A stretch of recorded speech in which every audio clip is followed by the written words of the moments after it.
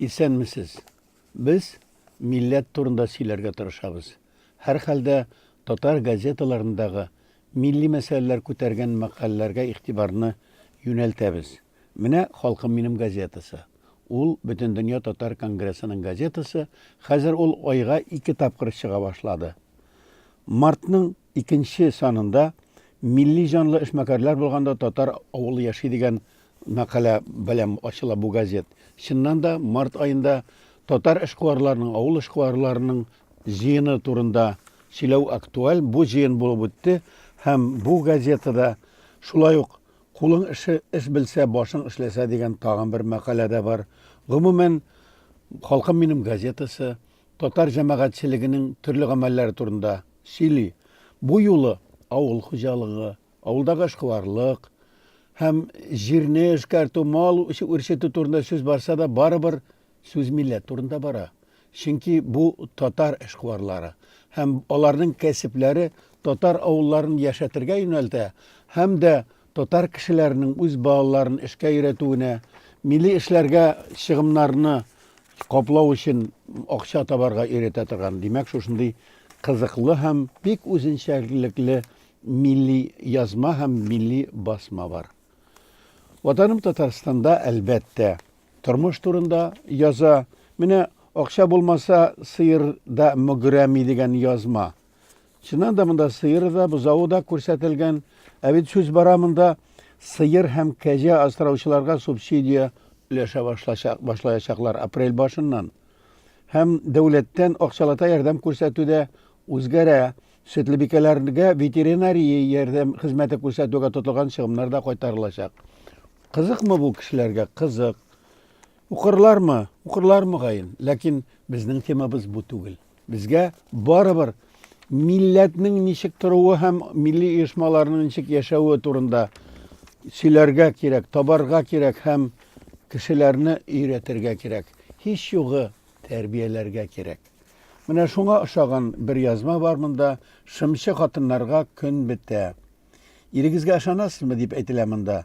Монда 47% ирләрнең кесә телефонын яшен рәвештә күзәтеп барырга тырышалар икән хатыннары. Ә бит Петербургтагы Ленинград өлкәсендәге депутат Владимир Петров шундый тәкъдим керткән. Һәркемнең әлбәттә үзенең шәхси тормышка хокукы бар, ләкин кесә телефоны, гаджет, компьютерга яшен мәгълүмат күп дигән хәбәрдә бар. Ир яки хатынның шәхси милкенә үрелгәнче язмага рөхсәт алырга кирәк икән.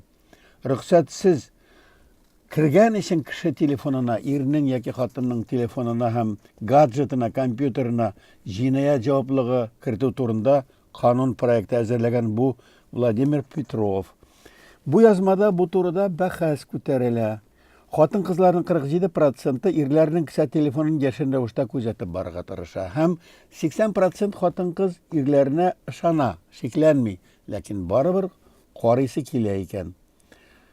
Психолог Венера Касимова булай ди: "Гаиләдә бер-береңнән сер булырга тиеш түгел. Ә бит карау да, яшерен карау да ул сер.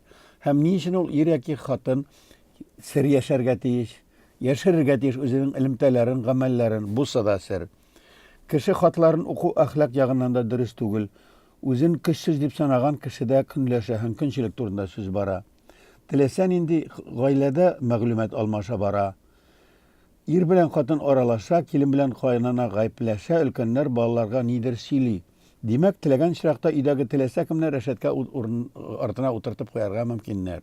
Яңа канун уйлап тапканчы гаиләләрдә психологик ярдәм чараларын арттырсыннар иде дип әйтелә бу газетада.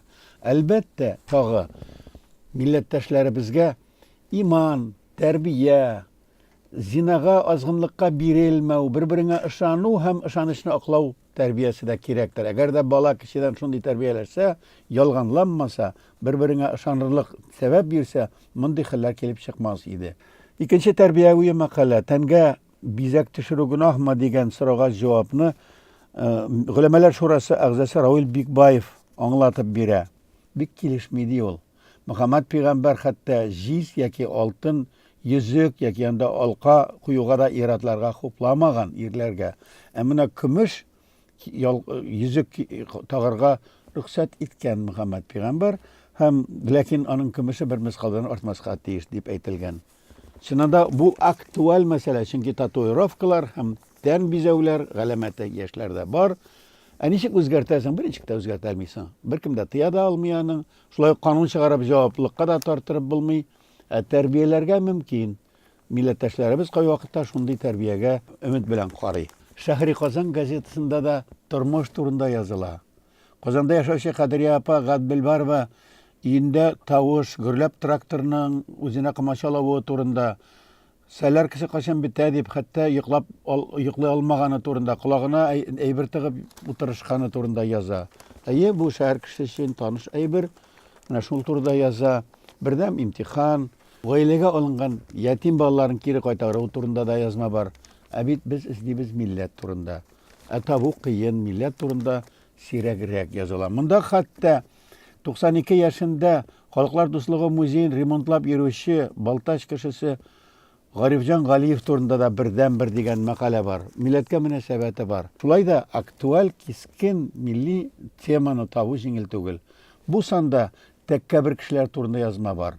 Тәккәберлек адәм баласын хурлыкка калдыручы иң яман гадәтләрнең берсе дип әйтелә һәм Ислам хәзрәт Сафин белән шул турыда әңгәмә корыла. Чыннан да куркыныч әйберме бу тәккәберлек? Әйе, дини күзлектән караганда тәккәберлек ул хакны кабул итмәү, кешеләргә түбәнсетеп карау, ягъни үзеңне алардан өстен күрү. Аллаһ Тәгалә дә башка кешеләрдә мондый хәлләрне, тәккәберлекне яратмый икән. Намаз укучы һәм ураза тотучы кешенең дә шул сифатка ия булуы ислам диненә хакыйкатен һәм үзенең кем булуын аңлату белән бәйле. Мәсәлән, шайтанның башлыгы Иблис тә тәккәберлек аркасында кафир булган дип әйтелгән. Тәккәберлек җитәкчеләргә хас сифат икәнлегенә гаҗәпләнмибез дип әйтә автор. Җитәкче кеше матди яктан бай булгач, кешеләр белән идарә иткәч, үзен башкалардан өстен дип саный башлый. Менә шуның нәтиҗәсендә тәккәберләнә. Туры булуның Аллаһ Тәгалә тарафыннан бирелгәнен бер сынау булуын гына ул оныта.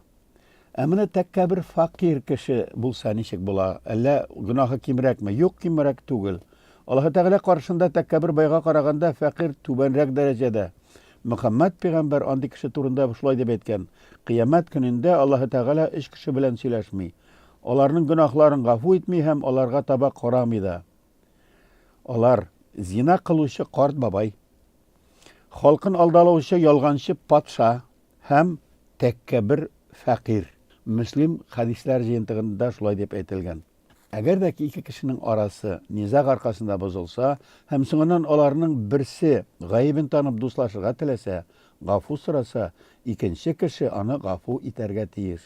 Әгәр дә гафу итүдән баш тартса, ул тәккәбер кеше була.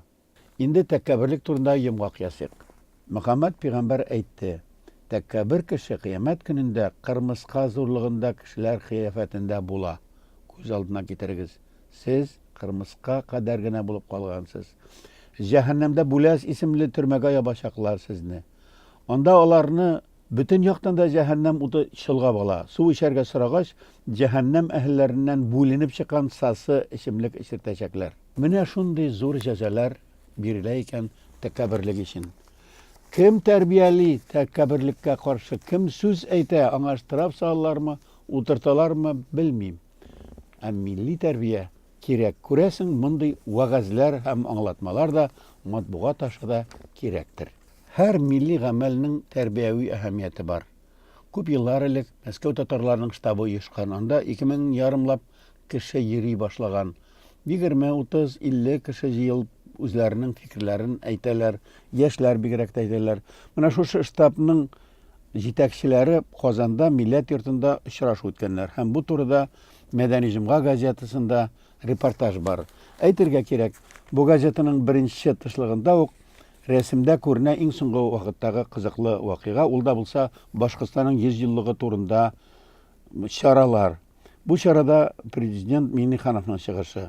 Рәсемнәрдә күренгәнчә, анда җитәкчеләр чыккан һәм башкорт егетләренең ук җыя күтәреп атка менеп чыккан рәсеме куелган. Шулай итеп, башкорт кардәшләребезнең милли символлары һәм милләт атрибутлары да әле дә бар. Ат, ук, җая, курай. Афарин башкортлар дип әйтергә кирәк. Һәр милләткә мондый символларын булдырырга һәм сакларга кирәктер мөгаен. Мәдәни җомга газетасының соңгы санында шулай ук татар эшкуарларының җыены, авыл бизнесменнарының очрашуы турында эшмәкәрләр җыены дигән зур мәкалә басылган. Аны әйтмичә үтә алмыйбыз. Һәм бигрәк тә Әнәс Җомагыловның тел чаклаган чаклар бар иде дигән язмасы игътибарга лаеклы. Рәсми чыгыш түгел, ләкин галим профессор, техник фәннәр докторы Әнәс әфәнде Җомагылов 90-2000 елларда татар телен саклау өчен югары мәктәптә нинди эшләр башкаруы турында әйтә. Ул вакытта авыл хуҗалыгы институты укытучылары, студентлары татар телендә укый башлау турында үзләренең мөнәсәбәтләрен белдергәннәр. Ректор Шабаев бу турыда карарлар чыгарган һәм китаплар эшләнгән һәм комитетка җыелып, мәгариф комитетына җыелып бу мәсьәләне хәл иткәннәр. Гомумән, авыл хуҗалыгы академиясе булып киткәч, бу тема иң беренче планга чыккан һәм зур эшләр башкарылган икән. Хәтта бу вакытта Татарстан премьер-министры урынбасары Илгиз Хәйруллин җыеп ректорларны аяк өсте бастырып сорый башлаган. Кайчан укыта башлыйсыз, ничек укытасыз, кайдан инде мөмкинлекләр бар дип. Һәм бу эш башкарылган. Хәзер бит гаҗәп, югары мәктәптә түгел, урта мәктәптә дә укытыр өчен ата-аналарны бүгетләргә туры килә. Укытучылар белән сөйләшергә, аларга ярдәм итәргә туры килә. Татарча укытасызмы? Татарча укыйсызмы? Юкмы? Карасаң, әле генә, әле бер 15, 18, 20 ел элек үзебездә югары мәктәптә рәхәтләнеп укый башлаганбыз. Хәтта бер мисал да китерә алабыз. 2004 елда, бу күптән түгел әле, Авыл хуҗалык академиясенең ректоры Файз Рахманов шундый фарман чыгарган. Менә шундый факультетларда Татарстан дәүләтенең ике телендә укытуны оештырырга, ике телне укытуга җаваплы итеп профессор Юлдашевны, методик кабинеты мөдире итеп профессор Җомагыловны, методист итеп Муртазинаны билгеләргә. Факультет деканнарына дәүләтнең ике телендә белем алырга теләгән студентларны ачыкларга, укыту бүлегенә дәресләр расписаниесен төзегәндә татар телендә укыту өчен өстәмә сәгатьләр карарга, укытучыларга, студентларны дәүләтнең ике телендә укыткан өчен Татарстан телләре законы сметасында каралган тәртиптә сәгать санына карап хезмәт хакы түләргә. Ягъни теләгәндә ректорларда югары мәктәптә дә укырга, укытырга, татар телен өйрәтергә мөмкинлек табылган. Хәзер инде мондый фактны без тәрбияви тәэсир өчен генә куллана алабыз. Мәдәни җомгада бер шактый зур четерекле язма бар. Солтан Шәмси, ул кызыклы язучы, тирән фикерле галим кешесе. Төрки телгә ничә яшь? Алдан әйтеп куям. Солтан Шәмсинең Төрки телгә ничә яшь мәкаләсен тирәнрәк белемле, акыллырак кеше, татар җанлы, үзен татар дип санаган, төпле кеше укырга тиеш.